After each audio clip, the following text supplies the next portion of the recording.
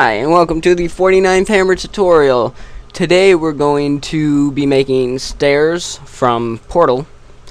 So if you haven't played Portal, they're the stairs that pretty much start collapsing to the ground and they rise up one by one.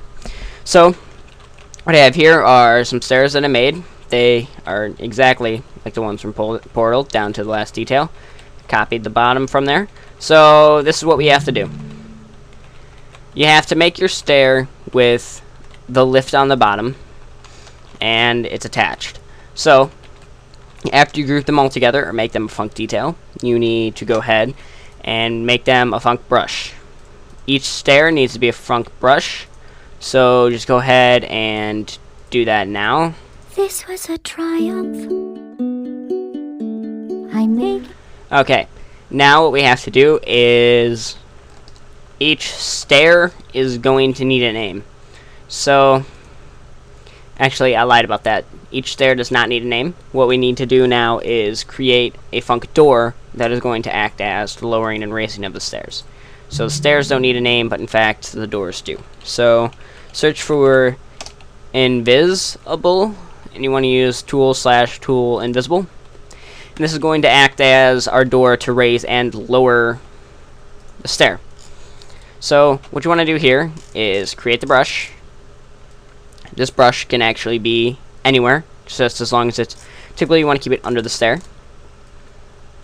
And this is going to almost be our measure on how far the stair goes up and or down. So, after you create the door, press Ctrl-T and make it a func door. Apply. And then set all your parameters. You need move direction, so I'm going to have my move direction be down. Then you need to name it, so I name mine stair 01 stair door 01. Okay, so now that's pretty much all we need to do. You can set your speed and your delay before reset if you want, or you can just have it done via outputs. I'm going to have mine close after 5 seconds. So -1. Okay. And you want to uncheck touch opens. You do not want this to open from anything other than an input. So now you need to copy it, paste it, and put it on the next stair. But only this time you need to have it go to the same spot on the stair and to the same length down below. So if you see here, both of these doors reach the exact same spot at the bottom, but on the actual stair they both touch the exact same point on their different stairs. So you just keep copying these, and each one needs to have a different name. I'm using the paste special option that Hammer has. And I'm just going to go ahead and do all these, and then we'll continue. Note here, huge success. It's hard to overstate my satisfaction. Aperture science. We do what we must because we can. For the good of all of us, except the ones who are dead. Okay.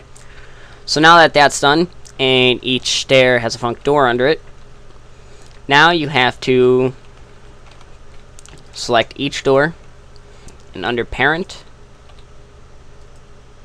add the func door that's under the stair as its parent. Now if you don't know what parenting does, what happens is whenever the parent moves, its child will move in the same respective manner as the parent. So if the parent were to descend, so will its children. If it raises, so do the children. It moves in the exact same way as the children.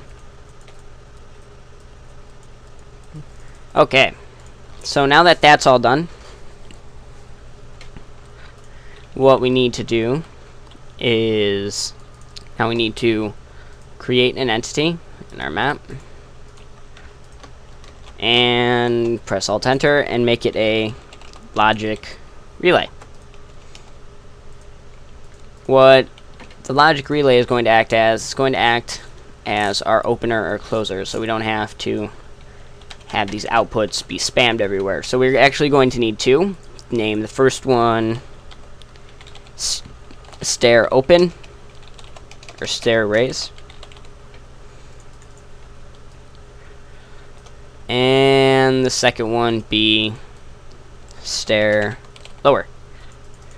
So now under stair lower, because the doors are currently in the closed position and they move down, under outputs we click on trigger, eyedropper tool, the stair here, then click open. Then you want to copy and paste this for each stair entity. And since how these stairs work is they all technically open at the same time, it doesn't matter what number you put them in as long as they're all opening and or closing at the same time.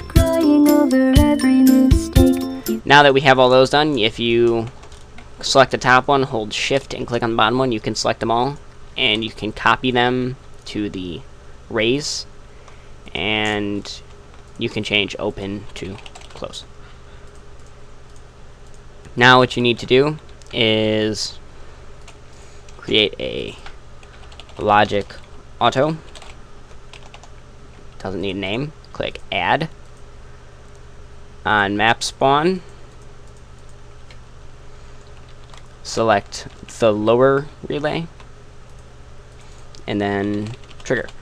So at the beginning of the round the stairs will descend. Now we have to create a mechanism to open the doors. So for this you want the trigger brush and create a brush before the stairs. Make it a trigger multiple. Then add on start touch.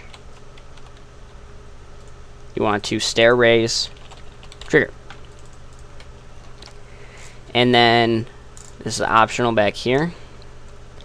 I'm going to have it when you reach the top, it lowers the stairs. So up here it'd be on start touch, stair lower, trigger, and I'm going to do a 2-second delay. Okay, so a small note here. I just tested the map really quick, and if the stairs don't show as func brush, you need to change their entity type to a func move linear. You can just mass change them. And then also, if you don't like how the stairs are choppy, you can add a player clip onto the front of each stair and just cut it down like that and add it to the func move linear.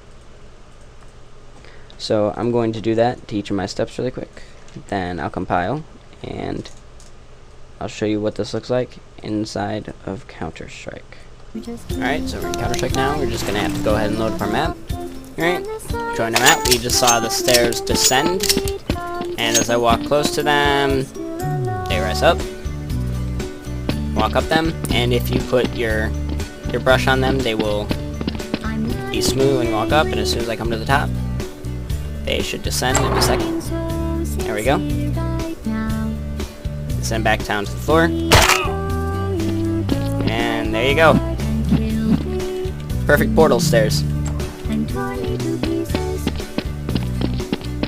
I hope this tutorial helped you in creating portal stairs. Thanks for watching, and don't forget to subscribe.